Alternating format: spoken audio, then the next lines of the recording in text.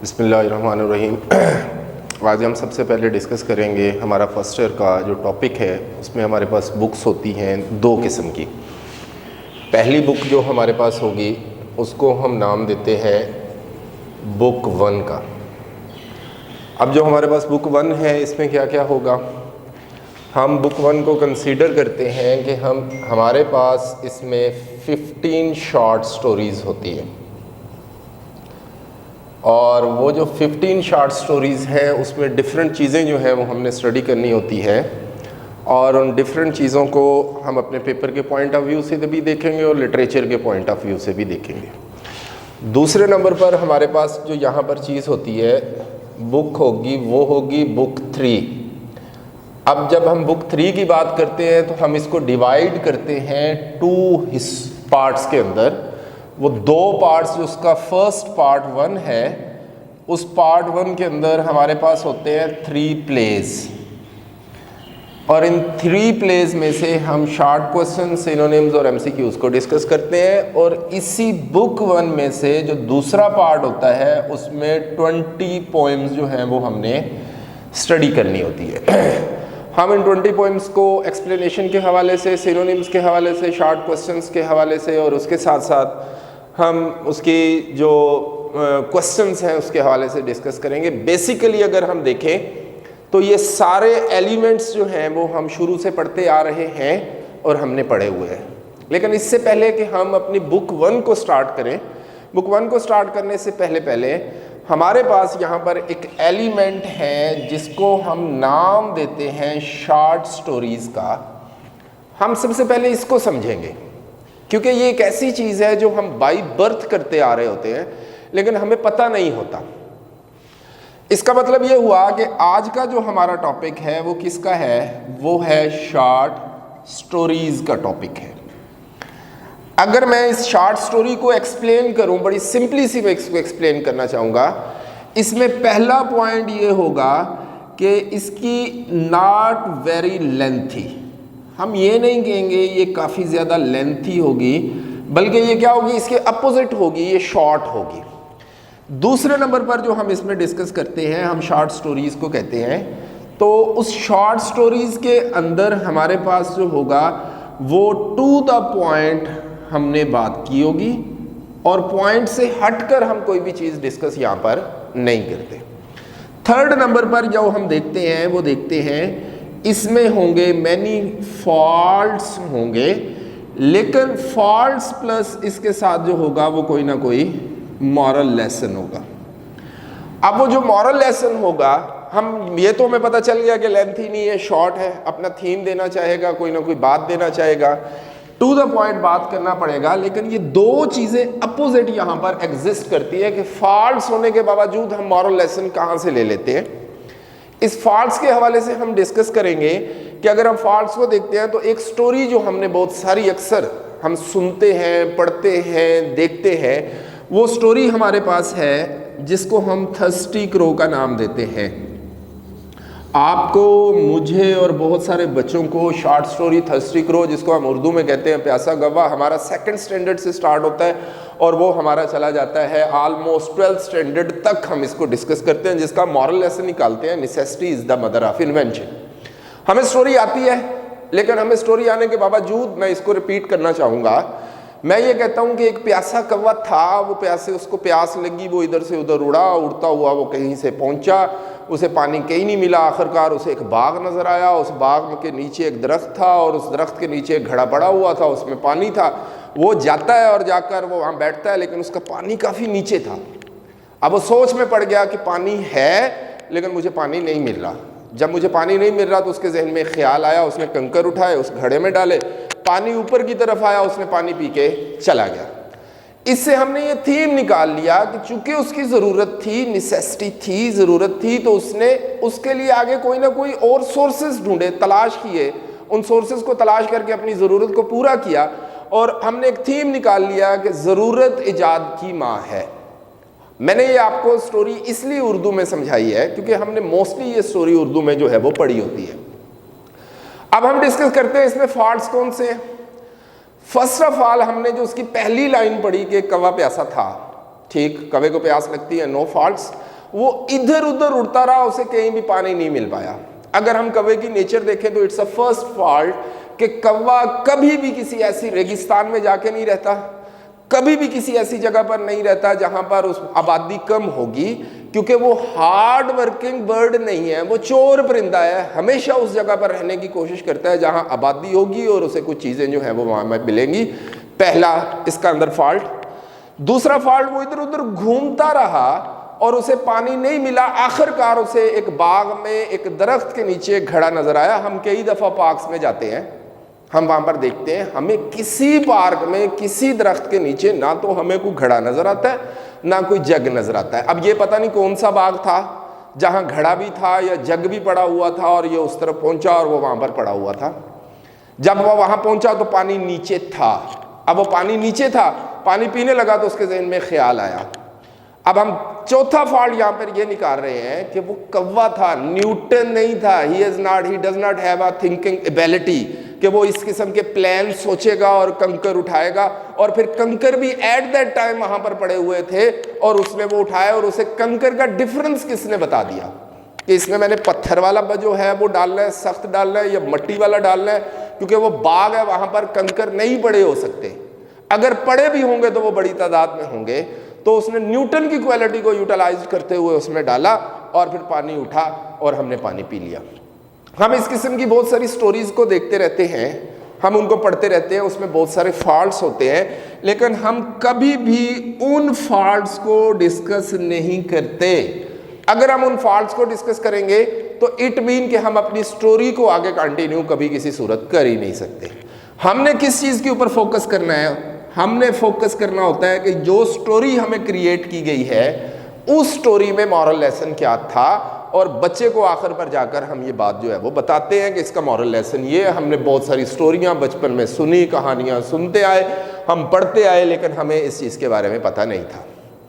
अब जब कोई भी चीज़ क्रिएट की जाती है तो क्रिएट करने के लिए वो सिंगल बॉडी नहीं बनती, बल्कि उसके अंदर क्या आता है?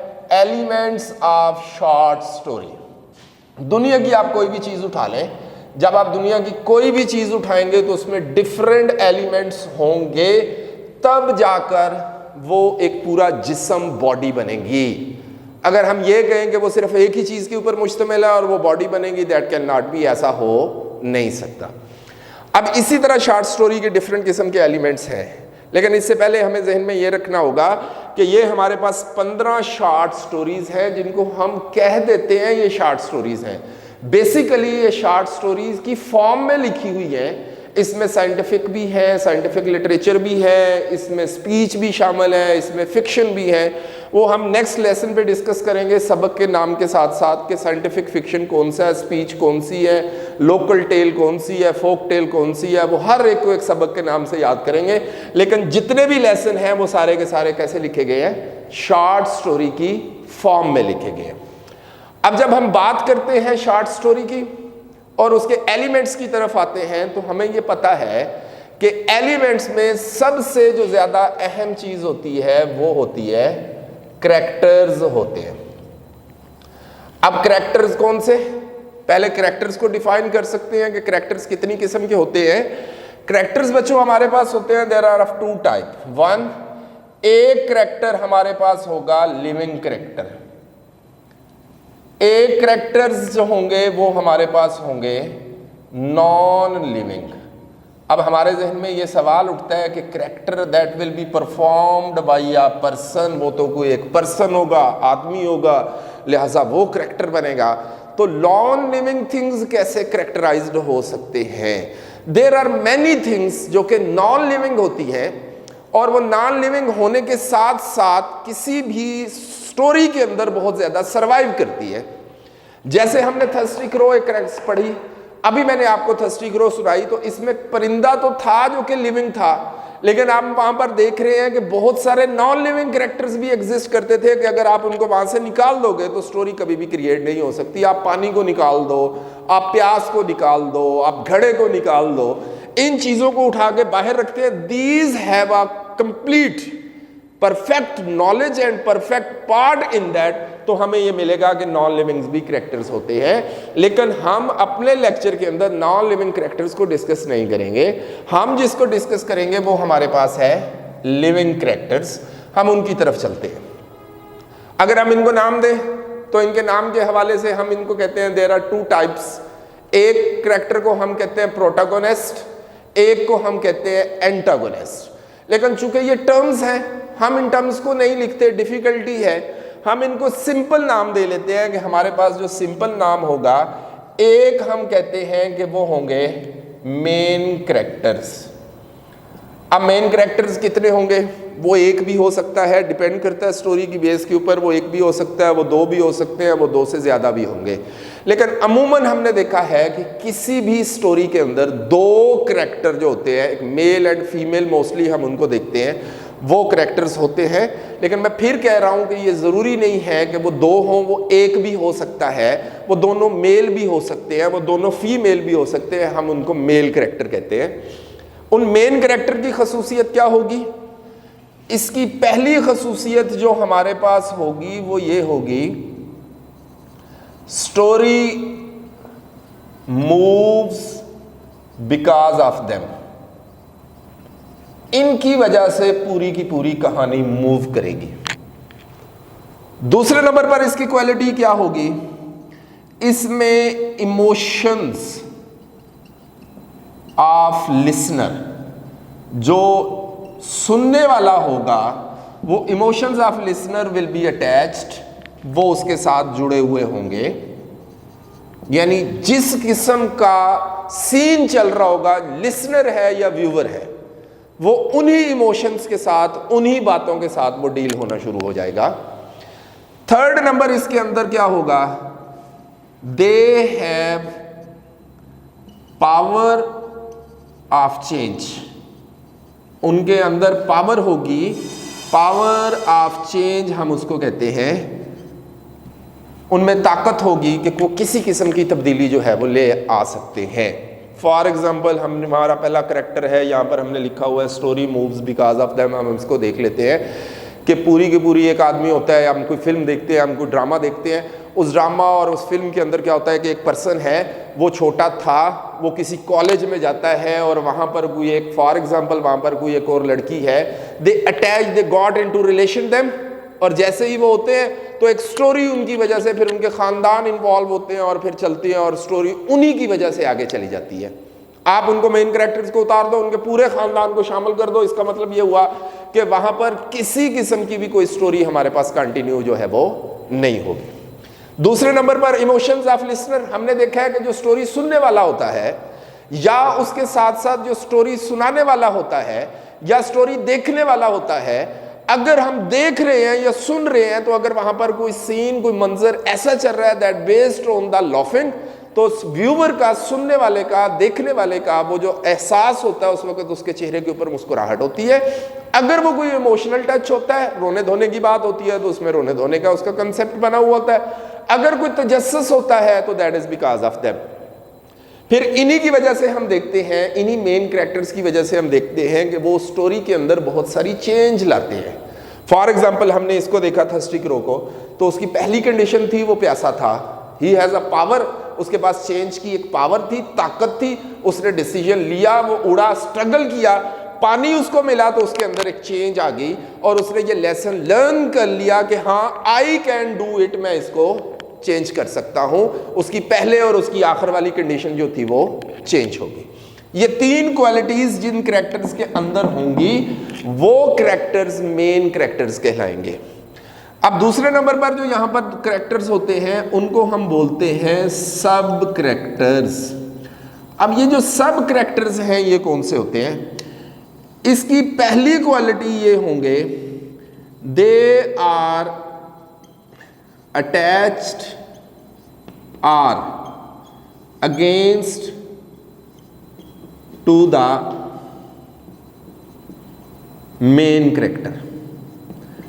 जो मेन कैरेक्टर्स होंगे या तो उनके साथ अटैच होंगे या उनके साथ, उनके अगेंस्ट होंगे। सपोज कोई फिल्म थी, उसमें हीरो का बाप था, हीरो की माँ थी, हीरो की बहन थी, हमें उनसे मोहब्बत थी। Reason because they were the relatives of the hero. और इसी के साथ जो हीरो के खिलाफ थे, उन्होंने हमारा तो कुछ नहीं बिगाड़ा था, हमारे साथ तो कुछ भी नहीं किया था, लेकिन हमें उनसे नफरत है। हम चाहते हैं हीरो प्रॉस्पर हो, विलन मर जाए। हमारी उसके साथ कोई दुश्मनी नहीं थी विलन की, लेकिन चूंकि वो हीरो के साथ उसके अगेंस्ट था तो हमारी फीलिंग्स उसके अगेंस्ट चली गई। फिर दूसरे नंबर पर यहां पर क्या होगा, इस मेन कैरेक्टर्स के अंदर वो जो होगा वो नो इमोशंस, इनके साथ हमारे इमोशंस नहीं जुड़े होते। हमने देखा हीरो जो था वो बाहर गया, पीछे से एक बम धमाका हुआ, घर पूरे का पूरा उड़ गया, उसकी माँ मर गई, उसका बाप मर गया, हमारी जात के ऊपर कोई फर्क नहीं पड़ा। हमारा कंसर्न सिर्फ एक था कि हीरो बचा है या नहीं बचा, हीरो की सेफ्टी थी या वहां पर सेफ्टी नहीं थी। और तीसरी चीज जो इसमें होती है वो होती है कि नो पावर, इनके पास कोई ताकत नहीं होती, ये किसी किस्म की कोई तब्दीली नहीं ला सकते, कोई चेंज नहीं ला सकते। They are not responsible of change. वो जो कुछ भी होगा बिकॉज ऑफ हीरो, उसकी वजह से होगा, अदरवाइज वहां पर कुछ भी नहीं होगा। इट मीन ये टोटली अपोजिट होते हैं। ये दोनों कैरेक्टर्स किसी स्टोरी के अंदर जो है वो इन्वॉल्व होते हैं, पाए जाते हैं और हम इनको ऑब्जर्व करते हैं। तो इसका मतलब हमने पहला जो point elements of short story में समझा वो ये समझा कि कैरेक्टर्स इंपॉर्टेंट हैं और कैरेक्टर्स जो है वो किसी स्टोरी को आगे इंक्रीज करने की रीजन बनते हैं। अब हम चलते हैं इसके दूसरे एलिमेंट्स की तरफ। ये तरतीब जो है मैं तरतीब से नहीं लिख रहा बल्कि इनकी आसानी की तरफ से मैं इनको लिख रहा हूं। अब दूसरे नंबर पर हमारे पास क्या आता है, दूसरे नंबर पर यहां पर आता है हमारे पास कॉन्फ्लिक्ट। अब कॉन्फ्लिक्ट क्या होती है, अगर आप इसका डिक्शनरी मीनिंग देख लेंगे तो हमारे पास कॉन्फ्लिक्ट होगा कोई लड़ाई, कोई झगड़ा, कोई फसाद। अब वो लड़ाई झगड़ा या फसाद वो हमें डिक्शनरी मीनिंग दे रहा है, लेकिन यहां पर क्या होगा, हम अगर इसको सिंपल मीनिंग में लिखना चाहेंगे तो ये हमारे पास होगी स्ट्रगल होगी। सिंपल मीनिंग में हम कंसीडर कर सकते हैं। अब वो स्ट्रगल कहीं पर भी हो सकती है, किसी जगह भी हो सकती है, मेरे जहन के अंदर भी हो सकती है, विद अदर पर्सन्स भी हो सकती है। तो वो स्ट्रगल कर रहा हूं जस्ट फॉर द चेंज। अब हम कॉन्फ्लिक्ट की भी टाइप्स होती हैं, हमें बहुत सारी टाइप्स जो हैं वो शॉर्ट स्टोरी के अंदर मिलती हैं। मसलन पहले नंबर का कॉन्फ्लिक्ट कौन सा होगा, वो कॉन्फ्लिक्ट होगा मैन वर्सेस मैन, आदमी का आदमी के साथ कॉन्फ्लिक्ट। दूसरे नंबर पर कॉन्फ्लिक्ट होगा मैन वर्सेस नेचर। तीसरे नंबर पर कॉन्फ्लिक्ट होगा man versus God. Fourth number पर कंसेप्ट होगा man versus society. There are many other terms, और बहुत सारी टर्म्स हैं जो कॉन्फ्लिक्ट में एग्जिस्ट करती हैं, लेकिन ये चार मेन हमारे पास कॉन्फ्लिक्ट है, स्ट्रगल है जो हम किसी शॉर्ट स्टोरी में देखते हैं। सबसे पहले हम देखते हैं हमारा जो कॉन्फ्लिक्ट है वो मैन वर्सेस मैन के साथ, आदमी का आदमी के साथ कॉन्फ्लिक्ट क्या है। आदमी का आदमी के साथ ये कॉन्फ्लिक्ट है कि not a single person is agree to a other person. हम कभी किसी सूरत में भी हम ये बात कहते ही नहीं है कि मेरे इस बंदे के साथ जो है वो मुकम्मल इत्तफाक है and I am agree to that, और मैं उससे मुत्तफिक हूँ। कभी किसी सूरत में हम उससे मुत्तफिक जो है वो नहीं हो सकते। अब उससे आगे हम उसको कंसीडर करते हैं कि कैसे। फॉर एग्जाम्पल अगर हम दो भाई हैं तो हम ये कहते हैं कि हमें दो भाइयों में हमारी बहुत ज़्यादा मोहब्बत है, तो ये हम ज़बान की लैंग्वेज से, इनफैक्ट मैं उसके साथ भी कॉन्फ्लिक्ट रखता हूँ। अगर suppose for example he is more prosperous than me, मुझसे ज़्यादा है, अगर मेरा वालिद मेरे लिए और उसके लिए दो जोड़े लेके आता है, कपड़े लेके आता है, और मेरे लिए घटिया ले आया और उसके लिए बहुत अच्छा ले आया, और मुझे ये बात बावर करवा दी गई, तो आई शुड बी हैप्पी ना कि मेरे भाई को अच्छा मिल गया और मुझे गंदा मिल गया। तो मैं खुश हूं इस बात के ऊपर, लेकिन मैं खुश नहीं होता, मैं उदास हो जाता हूं क्योंकि मेरे भाई को अच्छा मिला और मुझे अच्छा नहीं मिला। हाँ, अगर मुझे कोई अच्छा लिबास दे दिया गया और उसको बुरा लिबास दिया गया तो it mean I am happy और वो नाराज। तो यहां पर भी किसी भी पर्सन के साथ कॉन्फ्लिक्ट किसी भी बेस के ऊपर जो है वो हो सकता है। दूसरी बात हम कंसीडर करते हैं यहां पर जो हमारा कॉन्फ्लिक्ट है मैन वर्सेस नेचर। अब नेचर में कौन कौन सी चीजें हम कंसीडर करेंगे? नेचर में हम कंसीडर करेंगे हमारे इर्द गिर्द का माहौल, हमारे इर्द गिर्द का जो एटमॉस्फेयर है, हम उसी से उसको डिस्कस करेंगे। अभी जैसे हम यहाँ पर क्लास में मौजूद हैं तो यहाँ बहुत गर्मी है, इट मीन इस गर्मी का कंसेप्ट हमें दे रहा है। I am not agree to that, मुझे ये अच्छी नहीं लग रही। मैं ये चाहता हूं कि इस गर्मी के माहौल को मैं चेंज कर दूं, उसके लिए मैंने पंखे लगा लिए, उसके लिए मैंने एसी लगा लिए। जब सर्दी होती है तो मैं इन्हीं चीज़ों को यूटिलाइज करता हूं और मैं उसको लेके आता हूं दूसरी जगह पर कि मुझे अब हीट चाहिए। इसका मतलब ये हुआ कि जो मुझे एटमॉस्फेयर नेचर दे दी गई है, प्रोवाइड कर दी गई है, मैं उससे भी इख्तलाफ करता हूँ। ये दो बातें तो मानने में आ रही। हम इससे पहले कि हम इस तीसरे टॉपिक को डिस्कस करें, हम चलते हैं इसके चौथे टॉपिक के ऊपर। मैन वर्सेस सोसाइटी क्या होती है, यानी किसी भी सिंगल पर्सन का कॉन्फ्लिक्ट जो होगा विद सोसाइटी होगा। हम कहने को तो ये कह रहे हैं कि इट्स माई लाइफ, लेकिन ये मेरी लाइफ नहीं है। I am living my life according to the society. मैं माशरे के मुताबिक अपनी जिंदगी गुजार रहा हूँ। Whatever the society wants me to eat, मैं वही खा रहा हूँ। जो सोसाइटी चाहती है कि मैं पहनूं, मैं वही पहन रहा हूं। जो सोसाइटी चाहती है कि मैं लैंग्वेज यूज करूं, मैं वही लैंग्वेज यूज कर रहा हूं। जो सोसाइटी मुझसे बिहेवियर चाहती है, मैं वो देने की कोशिश कर रहा हूं। इस चीज से कतई नजर के सोसाइटी वही चीज जो मैं चाहता हूं वो मुझे देती है या नहीं प्रोवाइड करती। तो इसका मतलब है कि हमारा सोसाइटी के साथ कॉन्फ्लिक्ट है, और बहुत सारी ऐसी चीजें हैं जो बिन मांगे हमें मिली हुई होती हैं, जो हमें बाय बर्थ मिली होती हैं, हमें अच्छी नहीं लग रही होती, लेकिन हम उनको बेयर कर रहे होते हैं, तो वो भी सोसाइटी में शामिल हो जाती हैं। अब ये तीन चीजें तो हमने मान ली, ये तीनों कि ये तो हो सकती हैं, लेकिन इन तीन चीजों में से ये जो चीज है मैन वर्सेस गॉड कन्फ्लिक्ट, ये हमारा as a religious person, as a Muslim के तौर पर हम नहीं मानते। मेरा खुदा के साथ कॉन्फ्लिक्ट हो ही नहीं सकता, मैं उसके मुकाबले में आ ही नहीं सकता, ये बात हम कंसीडर कर लेते हैं। लेकिन basically what ever he has given, जो कुछ उसने मुझे दिया है और जो कुछ उसने मुझसे छीन लिया है, तो एक पर मैं सब्र क्यों नहीं करता और एक पे मैं शुक्र क्यों नहीं करता? I want to change in my life. मैं अपनी जिंदगी को चेंज करने की कोशिश करता हूं और करता करता करता उसको लेके जाता हूं। मैं अमूमन इस बात के लिए कहता हूं कि अगर खुदा मुझे एक मौका दे दे, पूरी दुनिया के लोगों को एक मौका दे दे कि whatever you want to change, जो चेंज करना चाहते हो अपनी जिंदगी में चेंज कर लो, तो almost 90% according to the research 90% people will change everything in their life. वो अपनी जिंदगी में हर चीज चेंज करना शुरू कर देंगे। तो इट मीन अगर हम ये कह रहे हैं कि जो कुछ हमें खुदा ने दिया हुआ है हम उससे कॉन्फ्लिक्ट में हैं, हाँ हम अपने रिलीजियस की वजह से, मजहब की वजह से, अपने ईमान और इत्तेकाद की वजह से कि वट एवर जो कुछ भी हमें दिया गया है हम उस पर ऊपर राजी हैं, तो हम उसके साथ चल रहे होते हैं। जैसे सपोज किसी के घर में कोई फौतगी हो जाती है तो it's a will of a God not me, ये तो खुदा की मर्जी थी, तो खुदा की मर्जी पे चुप हो जाना चाहिए, मजहब यही बताता है। लेकिन हम उसके लिए रो रहे होते हैं कि तुझे नहीं जाना चाहिए था। ये चार चीजें जो हैं वो कॉन्फ्लिक्ट के जुमरे में आती हैं और हम इसको लेके चलते हैं। क्या हमें किसी सोसाइटी में ये चारों कॉन्फ्लिक्ट मिलेंगे इकट्ठे, या एक मिलेगा, या दो मिलेगा, या तीन मिलेगा, या चार मिलेगा? जब हम स्टोरी पढ़ेंगे, उसको डिस्कस करेंगे, तो हमें उसमें ये पता चलेगा एक भी हो सकता है, चारों इकट्ठे भी हो सकते हैं। इसके अलावा और कॉन्फ्लिक्ट जो कि सब कॉन्फ्लिक्ट्स हैं वो मैंने यहाँ पर डिस्क्राइब नहीं किए, वो भी एग्जिस्ट कर सकते हैं, इसमें मौजूद हो सकते हैं। वो हम स्टोरी के साथ साथ जो है वो चलते जाएंगे। अब तीसरे नंबर पर, बेसिकली ये छठे नंबर 5वें नंबर पर आती है, लेकिन मैं इसको तीसरे नंबर पर रखता हूं। रीजन क्या है तीसरे नंबर पर रखने की? क्योंकि जब तक ये चीज इंसान के माइंड में नहीं होगी, किसी लिटरेचर लिखने वाले के जहन में नहीं होगी, तो वो कभी भी लिटरेचर को लिख नहीं सकता। इट मीन कि पॉइंट ऑफ व्यू है क्या? बेसिकली पॉइंट ऑफ व्यू है रिजल्ट्स, हम इसको बोल सकते हैं, ये नताइज हैं। इसके अलावा पॉइंट ऑफ व्यू क्या है? वो थीम है जो वो हमें देना चाहता है।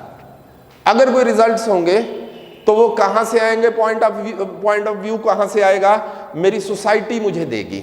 पहले तो मुझे अपनी सोसाइटी को ऑब्जर्व करना पड़ेगा कि किस चीज की लैकनेस है मेरी सोसाइटी में, कौन सी कमी है मेरी सोसाइटी में, किस तरह हम चीजों को देखते हैं और मेरी कौम को चीजों को जरूरत क्या है। हम बहुत सारी चीज़ें उठा सकते हैं। फॉर एग्जांपल हम अपने उर्दू के लिटरेचर से या अपने आम लिटरेचर से उठाते हैं। शाकर शुजा आबादी को एक सिंगल शेर बता दो जो उसने मोहब्बत पे लिखा हो, कोई पीस ऑफ उस लिटरेचर उसका बताओ जो उसने महबूबा के बारे में लिखा हो, आपको उसकी पूरी शायरी के अंदर क्या मिलेगा? भूख, अफलास, दुख, दर्द, गुर्बत। आप उठाओ, आप उठा के गालिब को उठा के ले आओ। जैसे आप गालिब को उठा के लेते हैं, आपको हुस्न मिलेगा, ताकत मिलेगी, आपको जवानी मिलेगी, ये चीज़ें यहाँ पर आपको मिलना शुरू हो जाएंगी। इसका मतलब है कि उसकी लाइफ इस कंसीडर की तरफ जा रही थी। आप इकबाल को उठा के देख लो, उसका बैकग्राउंड डिस्कस करता है, उसके बैकग्राउंड में फलसफा, उसके बैकग्राउंड में थ्योरी, उसके बैकग्राउंड में रिलीजन। इसका मतलब ये हुआ कि उसकी सोसाइटी में जिस चीज़ की ज़रूरत थी वो अपनी सोसाइटी को रिप्रेजेंट करना चाह रहा है। तो राइटर जब तक इन चीज़ों को ऑब्जर्व नहीं करेगा कि मेरी सोसाइटी को ज़रूरत किस बात की है और मुझे कौन सा मॉरल लेसन जो है वो प्रोवाइड करना है, तब तक वो इस बात को खोल के एक्सप्लेन नहीं कर पाएगा। आज के टॉपिक के लिए हमारे पास ये सिर्फ 3 थे, बाकी इसके 3 एलिमेंट्स जो है वो इंशाल्लाह हम नेक्स्ट टॉपिक के अंदर जो है वो डिस्कस करेंगे और हम अपनी बुक 1 और पेपर पैटर्न की तरफ भी चलेंगे। अल्लाह।